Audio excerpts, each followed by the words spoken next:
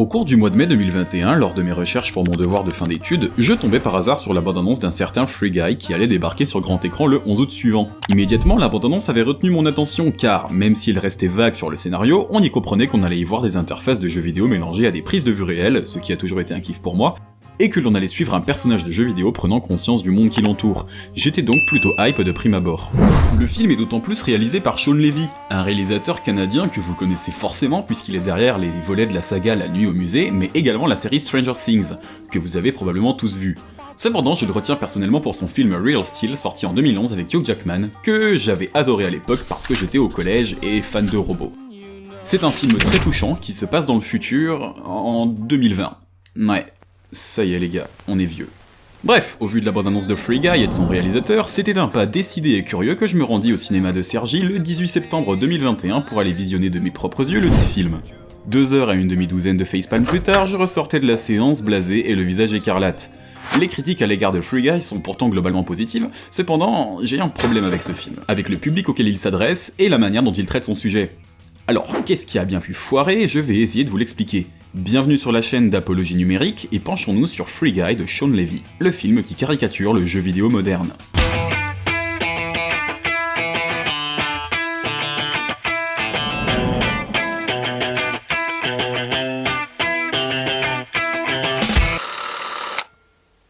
Le film s'ouvre sur une voix off nous présentant la ville de Free City, dans laquelle semblent vivre des personnages à lunettes de soleil qui sont, semble-t-il, les héros iconiques de la ville, et qui vivent leur vie à fond en se foutant complètement des lois et des dégâts causés par leurs exactions démesurées. Nous sommes alors introduits au personnage de Guy, un grand blond avec une chemise bleue, mais pourquoi une chemise bleue? Qui, faute de mieux, servira de protagoniste principal. Il est incarné par Ryan Reynolds, qui est un acteur ultra célèbre qui a joué notamment Deadpool et Pikachu, et que je trouve formidable dans le film The Voices. Ils ont appelé le personnage Guy parce qu'en anglais ça veut dire mec, hein, j'apprends rien à personne, et d'ailleurs je comprends pourquoi en VF ils ont pas changé la prononciation, hein, parce que moi je vais pas voir un film dont le personnage principal s'appelle Guy. Guy est donc banquier à Free City, et tout va bien pour lui dans le meilleur des mondes. Il aime sa petite vie bien rangée et répétitive, dont la monotonie est brisée par les actions des mecs à lunettes de soleil, qui font tout péter dans l'indifférence générale. Au détour d'une conversation avec son meilleur ami, Guy exprime le seul et unique mal-être de sa vie, son éternel célibat, et son désespoir de n'avoir jamais trouvé la femme de sa vie. Cependant, comme le hasard fait bien les choses, à peine 3 minutes plus tard, il chope un giga coup de foudre lorsqu'il croise une jeune femme portant des lunettes de soleil dans la rue. Après avoir échoué à être allé lui parler, on découvre que cette jeune femme est en réalité une jeune femme, mais derrière un écran. Ce jeu a vraiment l'air de vous plaire. Mon neveu de 12 ans l'adore aussi. On dirait que tout le monde est accro. Et oui, pour les deux du fond qui sont un peu plus longs à la détente, hein, la ville de Free City n'existe pas et il ne s'agit que de la carte d'un jeu vidéo éponyme. Les joueurs sont représentés par les personnages à lunettes de soleil, et ceux qui n'en portent pas, à l'instar de Guy, sont des NPCs, des intelligences artificielles codées à l'intérieur du jeu vidéo Free City, et cela explique évidemment leur vie mécaniquement répétitive, ainsi que leur totale absence de réaction en la présence des explosions et courses-poursuites de malades qui se passent chaque jour tout autour d'eux. Ce ne sont que des 0 et des 1, qui font office de décor dans l'open world de Free City. Qui est soit dit en passant un jeu vidéo imbiphobe, hein, je trouve, puisque ça veut dire que dans le jeu, il n'y a aucune personne non-binaire. Haha. A première vue, le jeu vidéo Free City a l'air d'être un mix entre GTA, pour son mode ouvert aux allures réalistes dans lesquels les joueurs peuvent se permettre de ne rien respecter et de faire tout ce que bon leur semble, et Fortnite, pour ses joueurs aux skins hauts en couleur et dotés de tenues bariolées qui font des danses pas drôles dans des moments inappropriés. À la suite de son coup de foudre, la vie de Guy ne tourne plus tout à fait rond et il commence à se poser des questions. Il fait un focus sur son Velux, ou encore il essaye de prendre une commande différente à son café habituel, bref, il est perturbé. Du coup, il va se mettre en quête d'aller parler à sa crush. Pour ça, il va voler les lunettes de soleil d'un joueur complètement ahuri, et au moment où il les porte à son nez... Waouh, ok, bon, ça c'est trop classe. Nous sommes donc à présent dans la situation où un NPC, donc littéralement un programme informatique, a un accès complet à toutes les fonctionnalités du jeu Free City, comme s'il était un joueur en chair et en os. C'est donc littéralement un bug dans le jeu. Sauf que les modérateurs du jeu prennent Guy pour un vrai joueur qui a triché et qui utilise le sprite du NPC pour se dissimuler. Mais vu que c'est pas le cas, ils ne parviennent pas à trouver ses identifiants pour l'expulser des serveurs. Et à votre avis, comment vont-ils procéder pour bannir ce soi-disant hacker? Non mais sérieux, j'ai été franc avec toi, je pense que le costume de Lapine est too much. En essayant de le tuer dans le jeu, bien vu. C'est pas comme si c'était complètement débile d'essayer de jouer de manière réglo contre un tricheur après tout, hein? Bon, sur un coup de chance, ils parviennent à le dégommer, sauf que Guy n'étant pas un joueur, ça le fait juste respawn chez lui, forcément. Suite à ça, l'on découvre que l'un des deux modos et la fille de tout à l'heure sont deux amis créateurs de jeux indépendants qui ont développé ensemble un programme d'intelligence artificielle qui permet de voir des NPC apprendre et évoluer dans leur monde. Sauf que cet algorithme a été volé par Free City pour alimenter le jeu. Là où Millie a décidé de se lancer dans un interminable procès contre le jeu dans le but de récupérer son programme, Keys, plus résigné, a choisi de laisser tomber et de se faire embaucher comme modérateur du jeu pour boucler ses fins de mois. Et pour le coup, c'est pas moi qui vais le blâmer. Bien, donc maintenant les points de départ du scénario sont posés, voyons maintenant comment l'histoire va se développer. Guy retrouve Millie dans le jeu, de qui il est toujours amoureux, et lui propose son aide pour parvenir à ses fins. Celle-ci le prend pour un noob et lui dit qu'il va devoir XP pour lui être utile. Guy se met donc en quête de réaliser des bonnes actions et de casser la gueule aux autres joueurs pour aider les habitants et gagner en level. Sauf qu'il ne passe pas inaperçu car quelques jours plus tard, tout le monde le connaît et même les médias parlent de lui. Ce qui veut sans doute dire logiquement que Free City ne possède qu'un seul et unique immense serveur hébergeant tous les joueurs du monde. Sauf que s'ils sont réellement des millions dans le monde entier, et vu la taille de la map, ils devraient pas pouvoir faire un pas sans se marcher dessus. Alors que la crédibilité du jeu s'écroule sous nos yeux, le film nous propose pour faire diversion une cargaison de caméos pas subtils pour un sou, de tout un tas de youtubeurs et streamers qui ont accepté d'apparaître en tant que stars de Free City, contre sûrement un gros chèque plein de zéros. Alors, je veux bien comprendre qu'en ce moment YouTube ça paye mal, mais quand un film en est réduit à là pour essayer de susciter l'intérêt, c'est qu'il faut pas trop compter sur un chef-d'œuvre. Hein. Regardez ça, il y en a plein et on les voit 3 ou 4 fois chacun dans le film. Putain, c'est plus un caméo là, c'est un CDD. Alors, certes, je comprends que ça peut servir à mieux ancrer l'histoire dans la réalité en nous montrant des figures familières, mais sérieusement, à côté de ça, on a un jeu qui tient pas debout. Dans tous les cas, Guy commence à avoir de l'influence dans le jeu, non seulement sur les joueurs, mais également sur les autres NPC, car certains font le choix de vivre leur vie comme ils le souhaitaient, au lieu de suivre leur pattern habituel. Pendant ce temps-là, Millie est toujours à la recherche de la preuve irréfutable que son algorithme a bien été volé, elle part donc chercher dans le code source du jeu, qui se trouve dans le jeu, bien sûr. Avec l'aide de Guy, qui entre-temps la rejoint pour lui filer un coup de main, ils parviennent à s'échapper avec leur MacGuffin. C'est alors que, mesdames et messieurs, nous sommes introduits au méchant du film, à savoir le CEO de Free City. Hey, bonjour les moutons! Oh, toi t'es viré. On a un peu peur qu'avec les zombies flippants, les détaillants refusent de vendre le jeu. Eh ben on les enlève, on s'en tape, dégage. Antoine, salut. Wow, vous êtes en forme? Je vous croyais encore à Burning Man. Non, est-ce que j'ai l'air d'être encore à Burning Man? Ah, quel personnage subtil et vraisemblable. Vraiment, je n'ai aucun mal à penser que ce mélange chelou entre Gotaga et Arturo de la Casa des Papel puisse être à la tête de l'entreprise vidéoludique la plus lucrative au monde. Sérieusement, ce personnage est un putain de stéréotype ambulant. Pas crédible pour une seule seconde, qui vient encore plus défoncer ma suspension d'incrédulité. Enfin, sérieusement, on dirait un personnage de cartoon. Aucune nuance, un seul trait de caractère pour le définir entièrement. Je suis désolé, mais on dirait du travail de scénariste amateur. Je vais vous faire un petit cours de character development. En gros, au cinéma, mais c'est également valable pour les autres œuvres de fiction, un personnage bien écrit possède plusieurs niveaux de conflit. Au moins 2. En général, plus un personnage a de niveaux de conflit différents, plus il est bien développé et vraisemblable. Ces conflits vont permettre de donner un point de départ précis à votre protagoniste, le faire progresser, évoluer et conclure son arc de manière efficace. On peut répertorier les conflits de différentes façons, mais basiquement, vous avez premièrement le conflit externe, qui est le conflit entre le personnage et ses proches, ou du moins les personnes avec qui il interagit directement, le conflit interne qui est le conflit du personnage avec lui-même, et le conflit volontaire qui est en gros celui qui oppose votre protagoniste à la force ou à l'organisation antagoniste. On va prendre un exemple simple. Le narrateur de Fight Club est en confrontation avec Marla Singer, qui est d'ailleurs presque son reflet négatif, et est perpétuellement en train de se prendre le chou avec elle. Ils ne sont d'accord sur rien. Ça fait partie du conflit externe du personnage. Son conflit interne, c'est évidemment Tyler Durden, qui n'existe que dans sa tête, qui le pousse à s'affranchir des règles sociales ainsi qu'à semer le chaos, là où le narrateur est plus mesuré et soft dans ses intentions. Il y a donc un conflit entre deux idéologies à l'intérieur du protagoniste de Fight Club. Et son conflit global ou volontaire, c'est donc par conséquent celui qui l'oppose à la société, le capitalisme, le consumérisme et le matérialisme, qu'il exprime à travers le Fight Club et bien sûr le projet KO. Je pense que vous avez saisi l'idée, et cette histoire de conflit marche aussi bien pour les protagonistes que les antagonistes. Maintenant, essayons de transposer cette idée avec le CEO de Free City. Qu'est-ce qu'on sait de lui? Qu'il veut se faire de l'argent en exploitant son jeu au maximum, peu importe s'il doit passer par des moyens peu éthiques comme le vol ou le mensonge. Et qu'il est insupportable. Non. Si tu aimes le Kentucky Fried Chicken et que je fais du Kentucky Fried Chicken, et je sais que tu aimes le Kentucky Fried Chicken, pourquoi j'ouvrirais un restaurant que j'appellerais, je sais pas, le poulet bouilli d'Albuquerque? Voilà. Vous voyez un quelconque conflit, vous? Moi non plus. Désolé pour cet aparté, on retrouve donc Guy et Millie, qui ignorent toujours que ce dernier est un NPC, qui font plus ample connaissance à travers des dialogues pleins de confusion et de malentendus. Et puis de fil en aiguille, ils se mettent un petit peu à flirter tous les deux, et Guy parvient même à l'embrasser.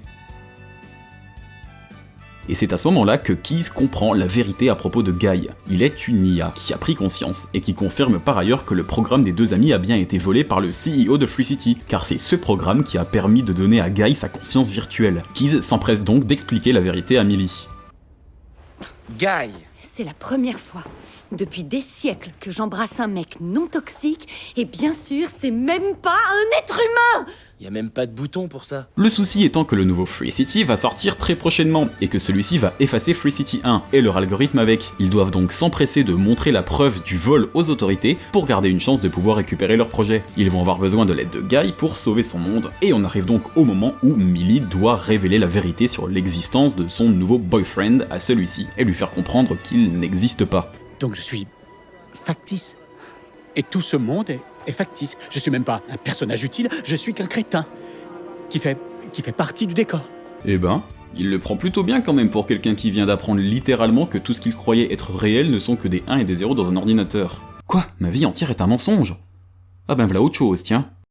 Suite à cette révélation, Guy se met à faire ce que tout héros juste et intègre comme lui aurait fait, c'est-à-dire pousser les gens dans la rue ou encore agresser une vieille. Enfin, cet accès de bravoure fut de courte durée, puisqu'il aura suffi d'un dialogue avec son pote pour le remettre d'aplomb et le décider à aider Millie et Keyes. Pour cela, les deux compères s'introduisent chez un joueur et tombent nez à nez avec... Oh putain, on dirait Snaptrox avec plus de cheveux. Si regardez, ça passe presque. Bref, ce mec est fan de Guy et le laisse donc prendre l'archive vidéo qu'il recherche. S'il te plaît, mec! Maman! Touche pas à cette chaussette! Je t'aurais prévenu, si t'y touches, tu seras en psychothérapie pour le restant de tes jours! Enfin, après la blague sur la chaussette à sperme, hein, quand même.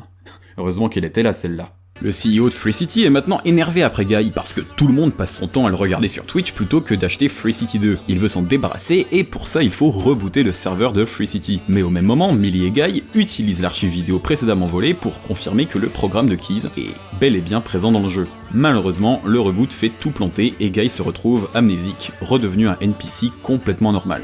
Entre-temps, Keyes explique à Millie pourquoi Guy a pris vie. En fait, dans leur jeu vidéo à eux, celui dont provient le programme volé, l'un des personnages était développé pour être un éternel célibataire qui ne trouvait jamais chaussure à son pied, mais ne désespérait pas. Keyes s'est inspiré de Millie pour concevoir la femme des rêves de ce personnage, et c'est Guy qui, dans Free City, a hérité de ce trait de personnalité. Et c'est pour ça que la conscience de Guy s'est éveillée lorsqu'il a croisé Millie pour la première fois dans le jeu.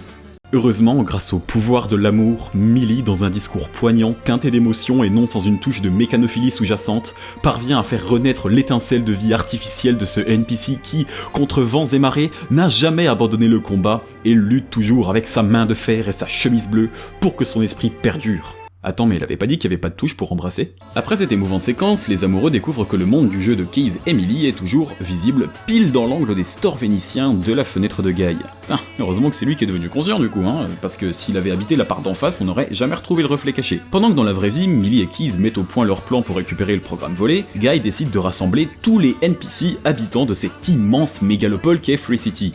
Et ils sont... 200, à vue de nez.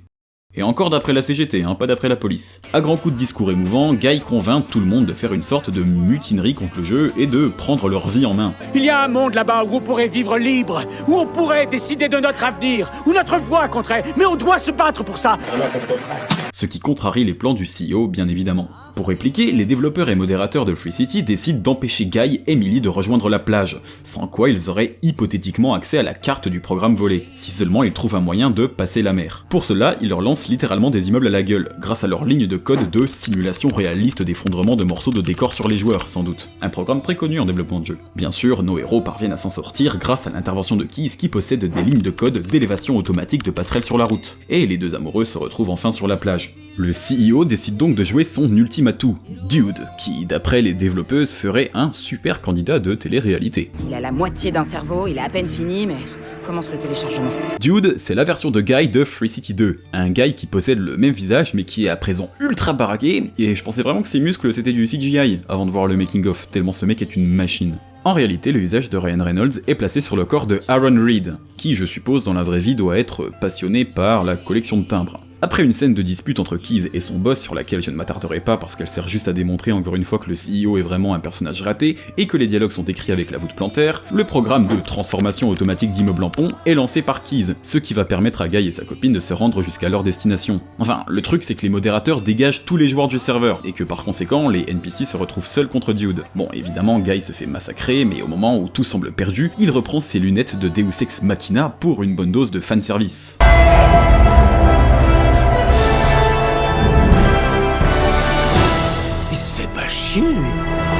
Ah ouais, mais les gars, vous avez juste pas compris le principe d'un caméo en fait. Et maintenant que j'y pense, si les modos ont viré tous les joueurs du serveur, pourquoi lui il a encore ses lunettes de soleil alors qu'elles appartiennent à un joueur de base? Enfin bon, ça se bastonne, avec du fanservice ultra... Attendez, c'est un... Ultra... C'est un sabre laser, Dude. Ultra forcé... C'est un sabre laser? Ouais, c'est ça. Des faux raccords... Et des mauvais VFX... Guy met les lunettes à Dude et ça le distrait, du coup il s'en va. Au pied du mur, le CEO se rend dans la salle des serveurs et se munit d'une hache dans le but de fracasser les serveurs du jeu à l'ancienne. À peine le temps de se demander qu'est-ce qu'une putain de hache fout dans une salle de serveur, qu'il s'attelle à la tâche.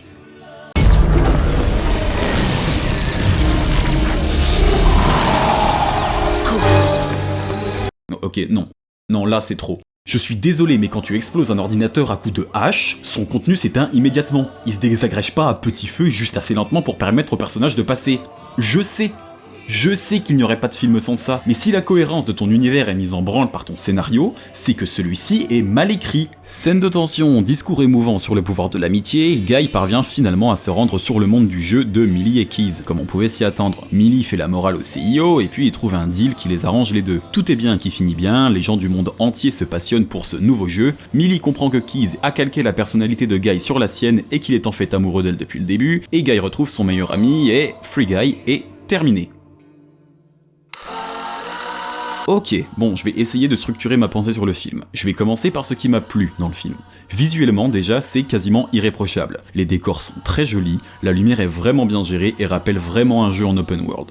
Et les petites interfaces de jeux vidéo un peu partout s'intègrent super bien dans le film. Clairement, ils ont fait gaffe à leur esthétique. Et heureusement d'ailleurs, parce que la direction artistique a été menée par Beat Furtiger, qui s'est occupé aussi de celle de Transformers, Star Trek ou encore les deux derniers Avengers. La mise en scène est plutôt correcte aussi, même si elle reste sage et n'innove pas vraiment, elle fait le café tout de même et arrive à servir correctement les propos du film. Mais il y a des points qui me froissent beaucoup, au point de me donner une certaine aversion pour Free Guy. Et c'est même pas le scénario, hein, parce que certes il est plein d'incohérences et cousu de fil blanc, mais ça c'est pas dramatique. On a l'habitude à Hollywood avec ce genre de truc, donc je peux laisser passer ça. Non, ce qui m'insupporte, c'est que je considère Free Guy comme une caricature méchante, si ce n'est une insulte, au monde du jeu vidéo et des gamers, fait par des personnes qui font semblant de s'y connaître en jeu vidéo, mais qui en fait ont juste vu Fortnite et GTA et se sont arrêtés là. Premièrement, Free City, en tant que jeu vidéo. Je ne crois pas une seule seconde qu'un tel jeu vidéo puisse exister dans quelque réalité que ce soit. Un jeu vidéo immensément populaire au point que le monde entier ait les yeux rivés dessus, mais dont tous les joueurs tiennent sur un seul et même serveur dans une carte qui n'a pas l'air d'être plus grande qu'une ville, alors qu'en même temps les NPC ont l'air d'être tout au plus quelques centaines et où les modérateurs ont le pouvoir de moduler la map comme bon leur semble en temps réel,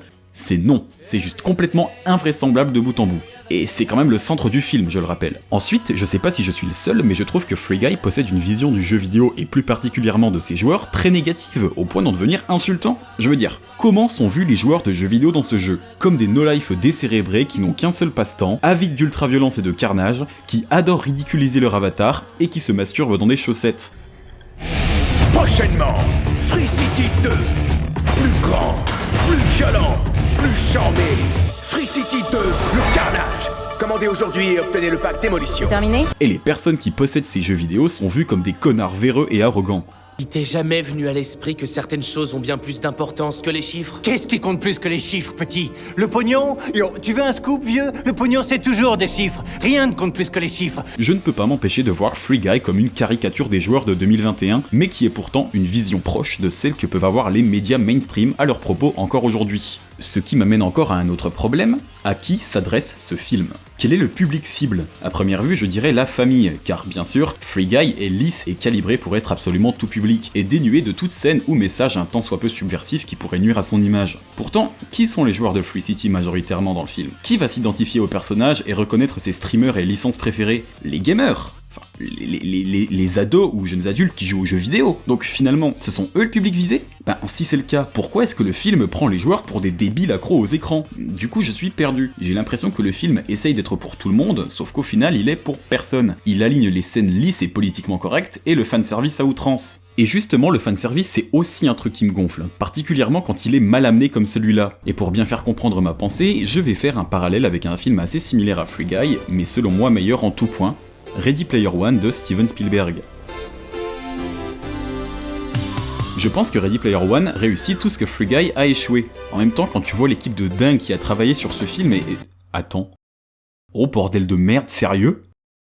Ok, je suppose qu'on fait tous des erreurs, hein. On va donc comparer les références dans Free Guy et les références dans Ready Player One. Les deux films sont bourrés de clins d'œil au monde du jeu vidéo et du cinéma, sauf que dans un cas c'est bien fait, et dans l'autre non. Les références dans Ready Player One ont un sens, elles ne sont pas là gratuitement. Soit elles servent le scénario, soit elles servent le propos du film. Par exemple, pourquoi le personnage conduit une DeLorean de Retour vers le futur? Parce qu'il gagne la première épreuve du film en fouillant à travers le passé du créateur du jeu et en roulant en sens inverse sur la course, comme s'il revenait vers le passé. Et pourquoi sa copine pilote la moto de Kaneda dans Akira? Parce qu'elle se rebelle contre le système capitaliste qui prolifère dans l'Oasis, tout comme Kaneda se rebelle contre sa ville et tente de renverser une puissance aux actions moralement discutables. Et je peux vous trouver une justification pour presque toutes les références de Ready Player One. Maintenant essayons de faire le même exercice avec Free Guy. Pourquoi le bouclier de Captain America? Pourquoi un sabre laser? Parce que c'est cool. C'est tout, ça ne va pas plus loin, et pour moi ça ne suffit pas. Les références dans Free Guy ne sont pas utilisées de façon pertinente, elles sont juste présentes pour capitaliser sur des licences populaires qui parlent aux jeunes, même si ceux qui les ont placées ici n'ont absolument aucun amour sincère pour les œuvres qu'ils intègrent dans leur production. Exactement comme... Tiens, le méchant dans Ready Player One. Nolan, le méchant CEO qui est l'antagoniste principal du film, est un businessman véreux et capitaliste qui ne voit le jeu vidéo de l'Oasis que comme une vitrine publicitaire pour ses considérations pécuniaires, mercantiles et consuméristes. Il ne connaît rien à la pop culture et ne voit en elle qu'une façon de faire vendre ses produits plus facilement. Il essaye d'appâter le protagoniste en lui promettant de lui offrir des objets venant de toutes les licences qu'il aime, juste pour le fun.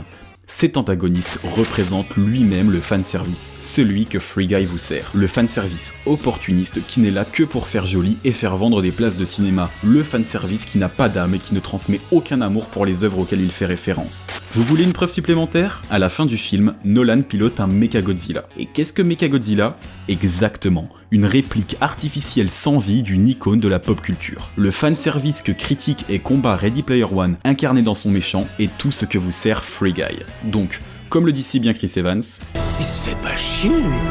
Et je pourrais continuer à lister les avantages de Ready Player One à l'infini presque. Par exemple, dans Free Guy, le monde entier a l'air de s'intéresser et d'aimer le jeu, sauf qu'on ne nous donne aucune explication de pourquoi. Et surtout, le fait qu'une civilisation comme celle-là soit accro à un jeu au point de tout laisser tomber pour regarder un NPC traverser un pont ne tient pas la route. Dans Ready Player One, on nous présente une dystopie dans laquelle le seul passe-temps accessible aux personnes en situation précaire, à savoir la majorité de l'humanité, est l'Oasis, car ce jeu leur permet de vivre leur vie de rêve dans un monde virtuel, là où la vraie vie est devenue froide, austère et difficile.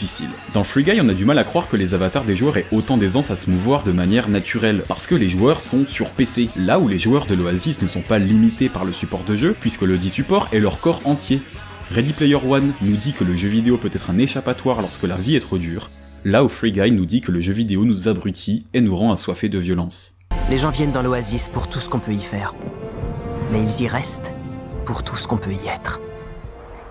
Dans cette chronique, j'ai vraiment été acéré envers le film de Shawn Levy, mais pour être tout à fait honnête, il n'est pas catastrophique non plus, et je peux comprendre les gens qui l'ont bien aimé. C'est vrai qu'on y retrouve un message assez touchant sur le fait que notre destin n'est pas tracé et que nous sommes les seuls décisionnaires de la façon dont nous vivons notre vie. Mais à mes yeux, tous les points forts du film sont écrasés par le fait qu'il est méprisant envers une grosse partie de son public. Mais c'est en voyant des films comme Ready Player One, Scott Pilgrim vs. The World ou encore Les Mondes de Ralph que nous pouvons encore porter un regard plein d'espoir vers l'avenir de la collaboration entre le cinéma et le jeu vidéo. Deux arts qui, même s'ils ont du mal à l'admettre, ont bien plus à apprendre l'un de l'autre que les têtes pensantes d'Hollywood veulent bien nous le faire croire.